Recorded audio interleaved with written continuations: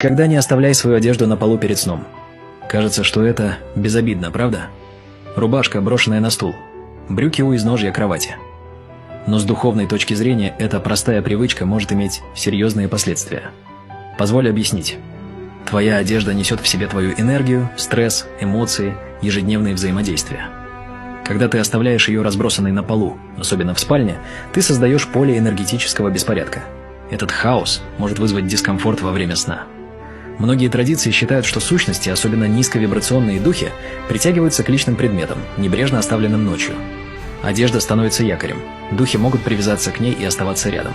Это особенно актуально в местах, где уже присутствует неразрешенная энергия. Люди, спящие в беспорядке, часто просыпаются тревожными, в состоянии беспокойства или с яркими, тревожными снами. Некоторые чувствуют, что за ними кто-то наблюдает. Другие сообщают о сонном параличе, когда тело парализовано, но ощущается чье-то присутствие рядом. Чтобы сохранить покой, сложи или повесь одежду. Очисти пространство перед сном.